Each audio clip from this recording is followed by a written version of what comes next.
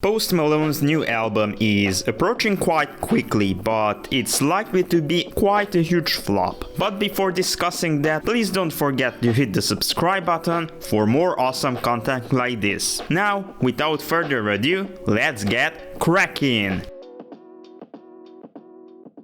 Post Malone literally needs no introduction, as by now you must have heard of him or at least heard his music by chance, as since 2015 he has been literally dominating the radio waves and streaming services. He had 3 Diamond certified singles, also having 5 songs that got past the 1 billion streams mark and 2 songs that got past the 2 billion streams mark on Spotify. Now Post Malone started the rollout of his album last year, releasing his single Motley Crue with a video made by no one other than Cole Bennett. By the looks of it, it was destined to be a glorious return, but the song was met with lukewarm reception, some saying that he was biting Playboi Carti, and it debuted at a respectable number 13 on the Hot 100, but after, the song has been on a downward spiral, with the song having no staying power whatsoever, as it has literally vanished from the face of the earth and no one plays it anymore.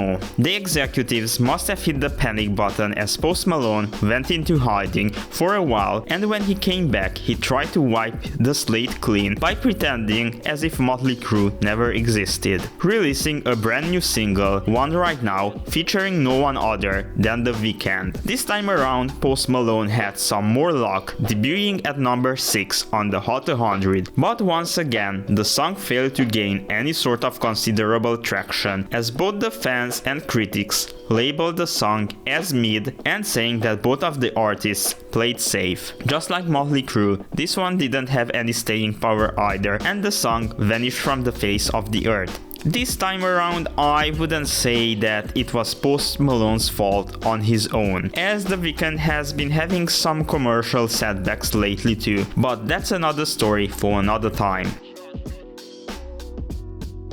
Last week, Post Malone released the second lead-up single to his new album, Cooped Up, featuring Roddy Ricch, and yeah, so far it gained zero traction whatsoever, and even the little traction it had, I have a strong feeling that it's from the label. Now the streaming numbers are quite lackluster, the song debuting only at the 23rd spot on the Spotify charts with 1.3 million streams first day and 3 million streams globally. Those are good numbers, but when we are talking about someone like Post Malone, those don't really look good. Weekly numbers were even less impressive, pulling 3 million streams in the US, while globally there is still some hope as he pulled 16 million streams. But if we compare it with someone like maybe Harry Styles, who's currently the hottest artist on the market, he literally pulled with his new single 16 million streams in one single day, and sort of those are the numbers that Post Malone should look for. So all in all, I'm expecting Post Malone to possibly chart somewhere around the 20th or 30th spot on the Hot 100, but nowhere above those. And if you ask me how much he'll sell first week with the album, I'm expecting anywhere between 100k to 200k, because with this sort of traction, I don't see him going past the 200k mark unless he really pushes with physical sales or some sort of bundles, because he still has quite an ardent core fan base. Now it's your turn to let me know, what do you think? Do you think that Post Malone is going to flop or not? And how much do you think he's going to sell first week? Please let me know all this down in the comment section.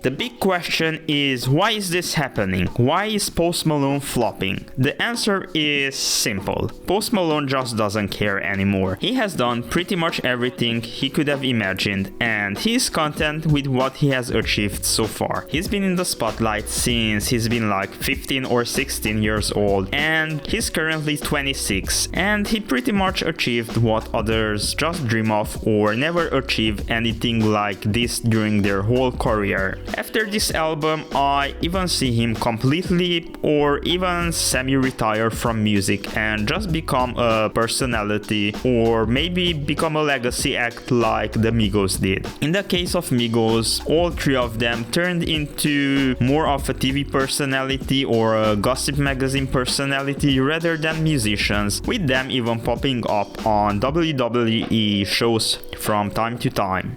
I sort of see the same fate for Post Malone, popping up at podcasts, some TV shows, or other stuff like that. I don't even exclude him becoming a co-host on Joe Rogan, as they seem to have quite a bit of chemistry, and let's be honest, they are a fun duo. But at the same time, musically, I don't think that it's all lost for Post Malone, as hopefully he'll have a slow burner on his hands, similarly as it happened to Circles, as it took the song quite a while to break into the top spots on the charts. And if his new music doesn't stick, I think he should focus on further cementing his previous hits as timeless classics, because he could make a career just by playing his hits all around the world at music festivals for the next 10 or 20 years, as I bet some small village from Kazakhstan wouldn't mind that he didn't have a hit for the past decade, as they'll sell their most precious belongings just to get a ticket to see anyone that is remotely popular in the United States. So yeah, at the end of the day, Post Malone will still get the bag, no matter how his future songs will perform. Now, before you leave, please don't forget to hit the like button and subscribe for more awesome content like this.